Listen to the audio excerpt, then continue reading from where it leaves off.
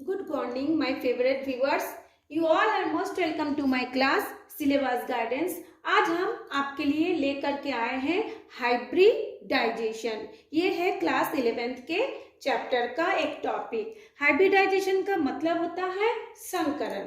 तो ये संकरण शब्द आपके लिए कोई नया नहीं है, आप सभी कोई जानते हैं। आजकल हाइब्रिड धान, संकर गेहूं, हाइब्रिड फिश, हर चीज हाइब्रिड में मिलने लगा। हर चीज मतलब हर एनिमल थिंग्स,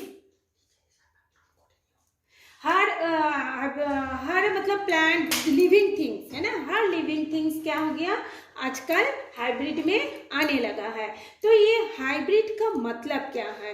यदि हम लोग अपने लाइफ में धान गेहूं को देखें, वहां पे क्या होता है, दो एक ही लगभग समान गुण वाले पौधों के बीच में क्रॉस पॉलिनेशन कराते हैं और उससे जो नया फसल उगता है उसको कहा जाता है संकर धान या संकर गेहूं, या जो भी उत्पाद हो, या हाइब्रिड फिश, है ना, जो भी उत्पाद हो उसको हाइब्रिड कहा गया है।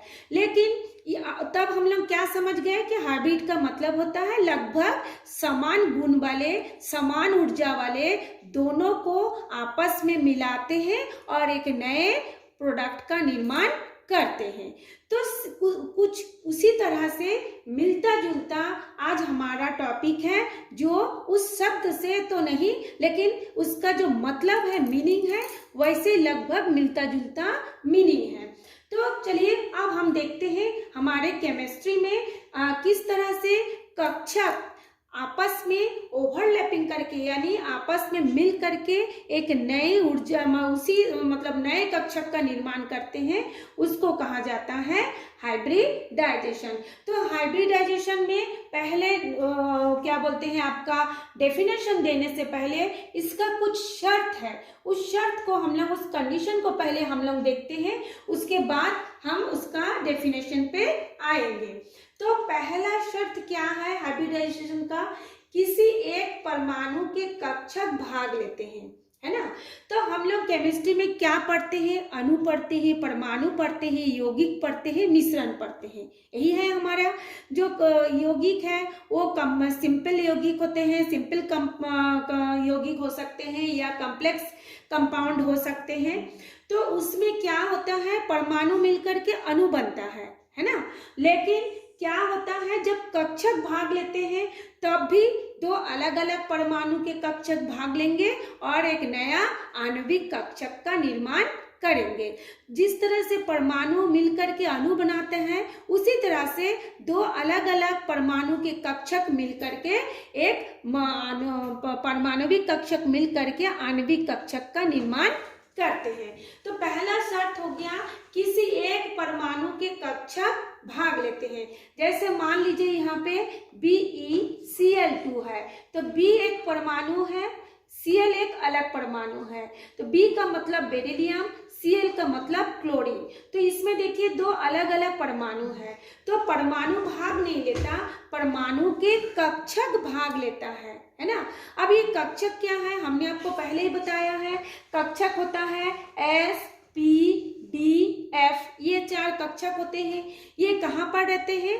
तो ये परमाणु के नाभिक और जो कक्ष होता है, यानी KLMN जो कक्ष होता है, और नाभिक और कक्ष के बीच में जहाँ इलेक्ट्रॉनों के पाए जाने की संभावना अधिक होती है, उस जगह को कहा जाता है SPDF।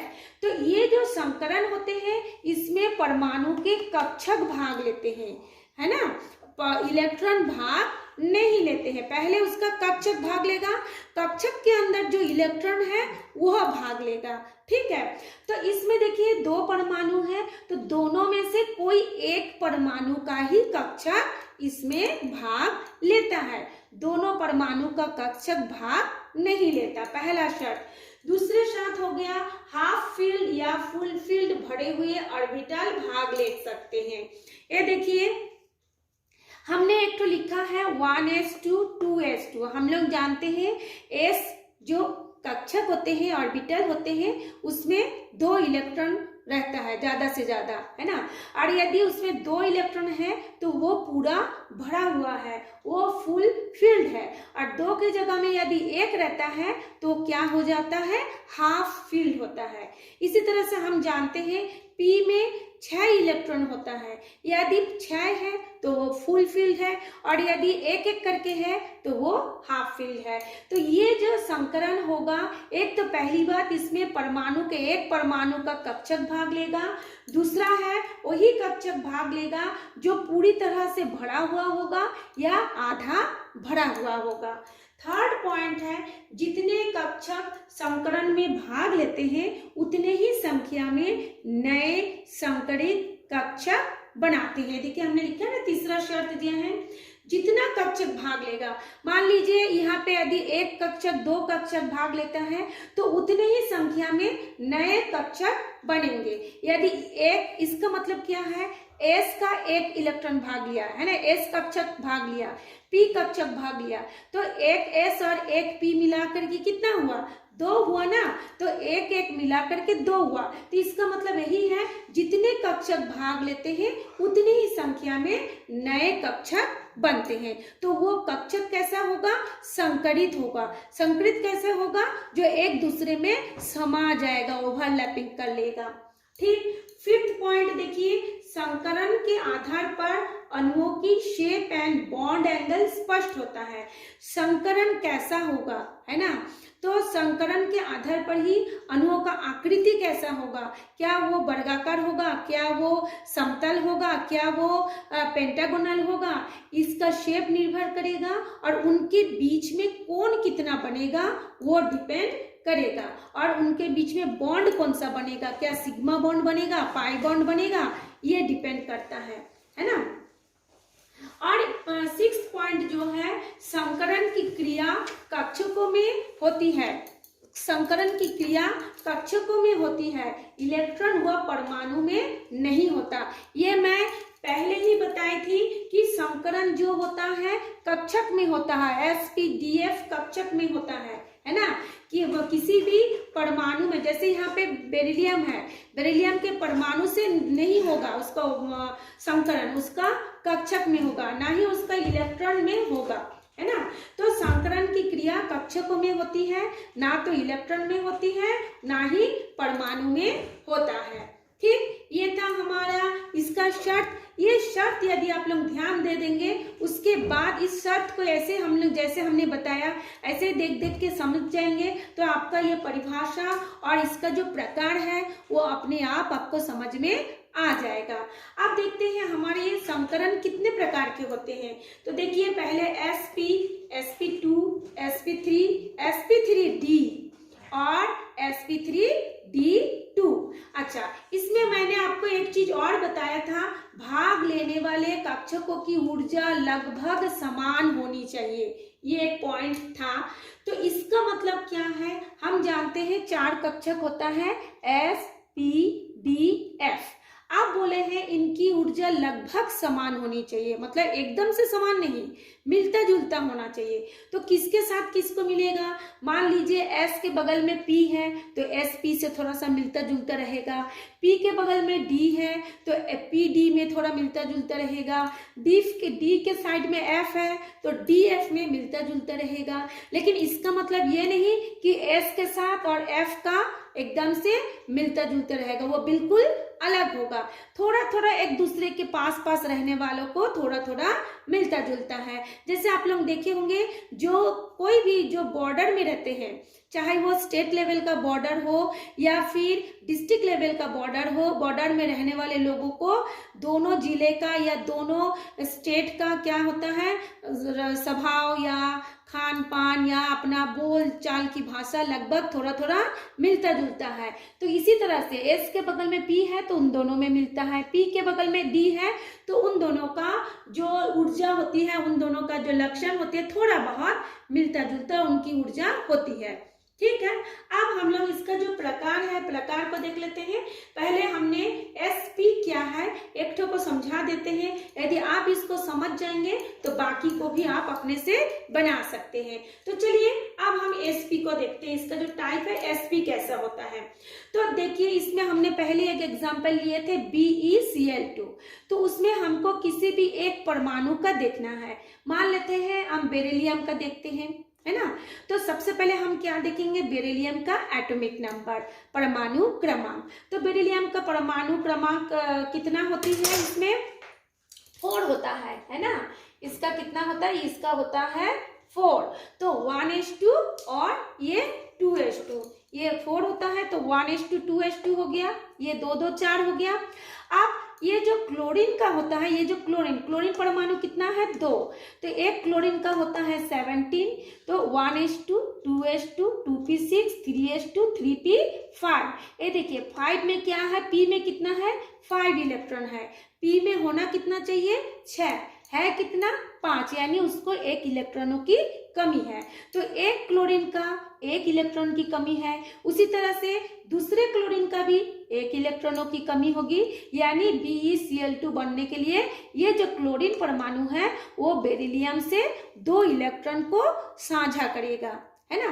तो पहले अब हम देखते हैं बेरिलियम का संकरण कैसे होगा।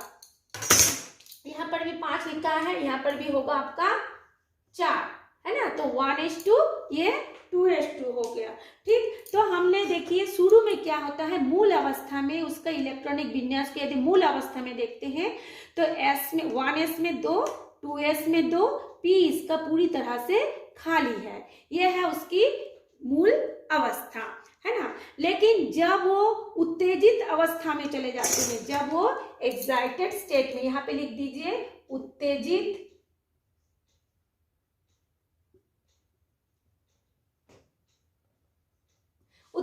अवस्था।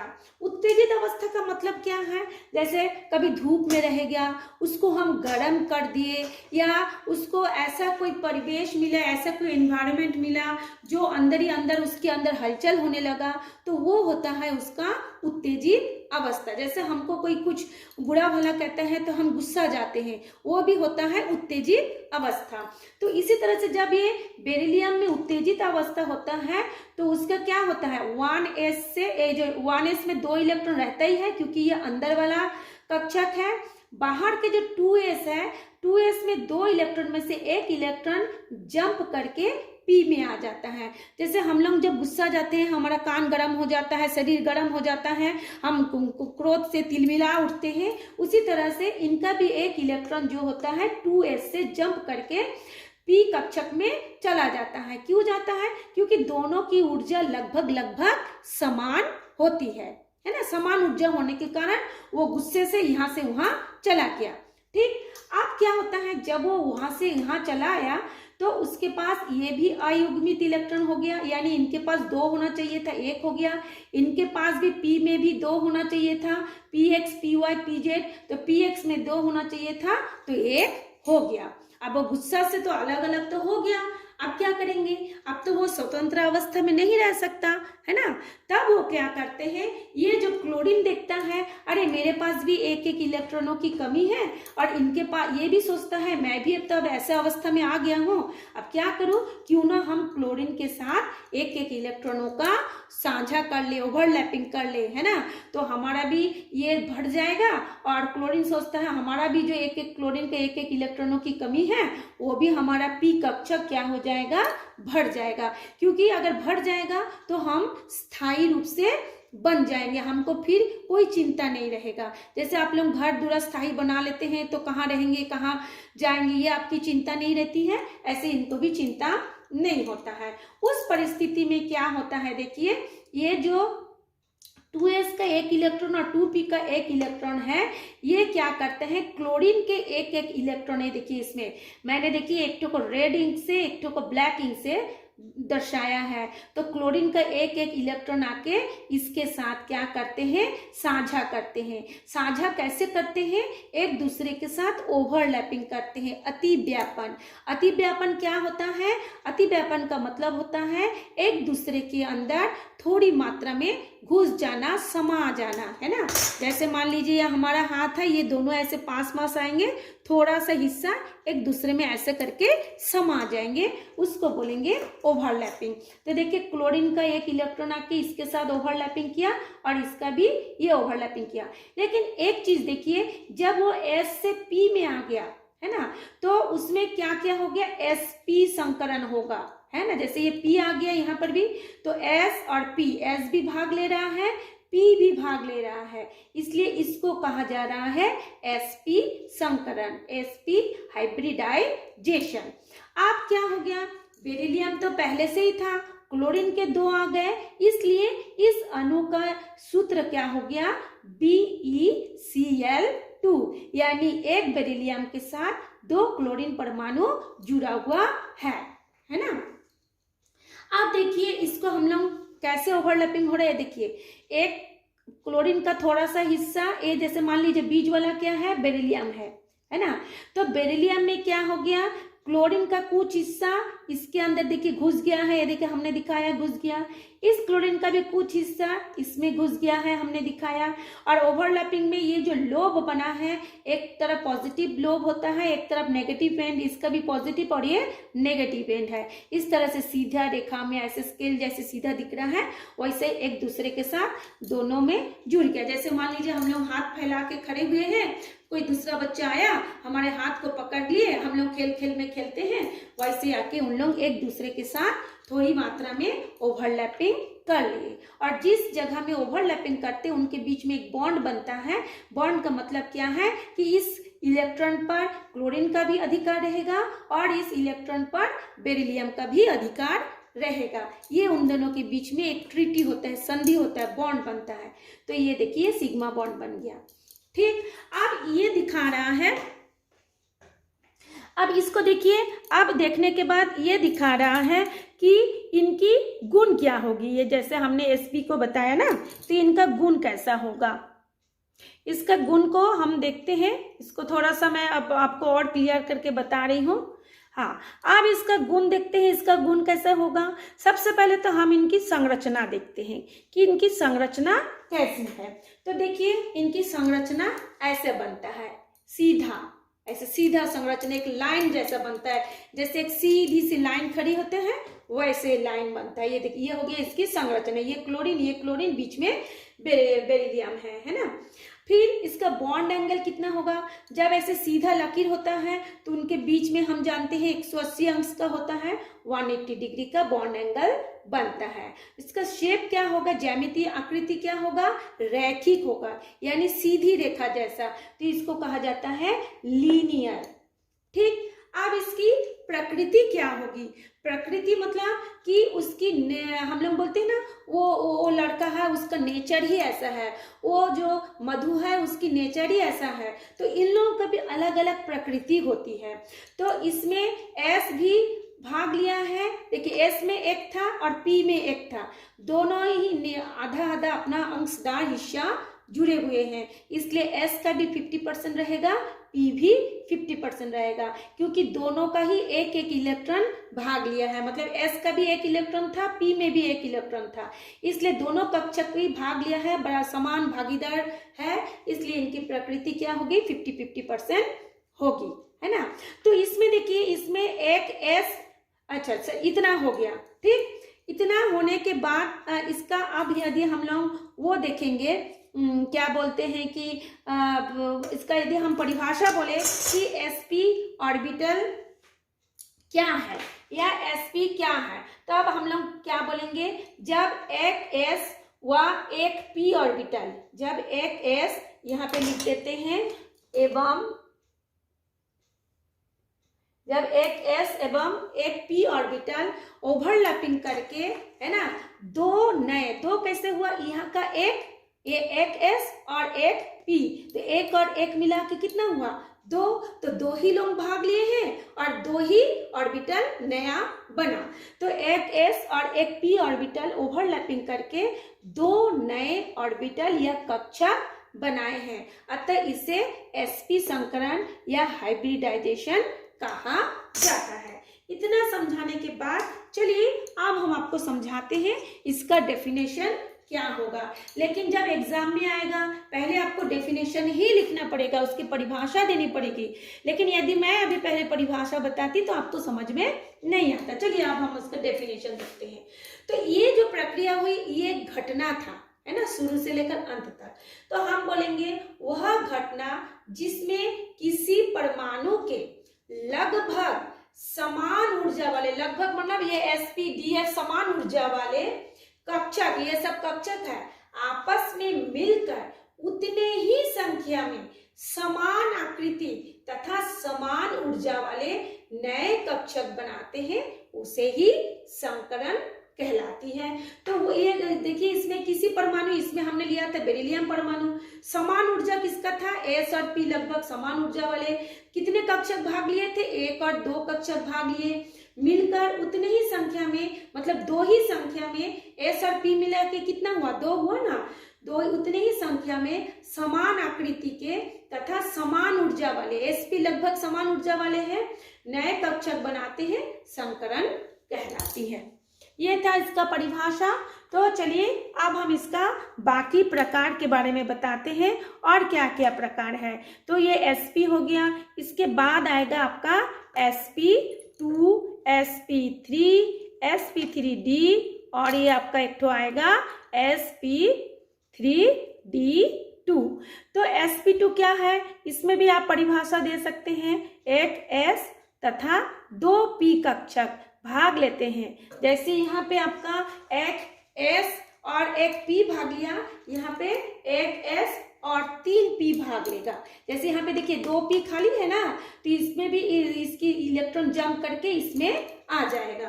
तो 2 p भाग लेगा तो उसको होगा sp2। इसका आप एग्जांपल ले सकते हैं BCl3, बोरोन ट्राइक्लोराइड। इसी तरह से बोरोन का भी आप एटॉमिक नंबर देखिए, फिर इसका इलेक्ट्रॉनिक विन्यास देखिए, फिर जंप एक एक इलेक्ट्रॉन जंप करके चला जाएगा, उसके पास 3 इलेक्ट्रॉन अकेला हो जाएगा, जो कि क्लोरीन के 3 परमाणु आके उसमें जुड़ जाएगा। sp3 में एक s ऑर्बिटल और 2 p ऑर्बिटल, sp3d में एक s, इसमें देखिए हाँ sp3 में 3 p होगा ना, यहाँ पे 3 p हो जाएगा, 3 p ऑर्बिटल भाग लेंगे। और sp3d में एक s, 3 p और एक d कक्षक भाग लेंगे। एग्जाम्पल हो जाएगा PCl5। और sp3d2 में एक s, 3 p और 2 d कक्षक भाग लेंगे, तो उसका संकरण होगा sp3d2। इसका एग्जाम्पल है SF6। तो ये था आपका संकरण का चैप्टर। यदि आप इसको अच्छी तरह से समझ जाएंगे ये बेरिलियम क्लोराइड को, तो बाकी को भी आप आराम से बना सकते हैं। तो ये था आज हमारा पढ़ाई, आप लोग इसको देख के समझ जाइए। और जो ऑनलाइन क्लास लेते हैं वो उनके लिए तो मैं ये कहूँगी कि आप इस चैनल को सब्सक्राइब कर लें, और पसंद आ गया, समझ में आ गया है तो लाइक कर दीजिए। बाकी हम नेक्स्ट क्लास में मिलेंगे। आज के लिए इतना ही।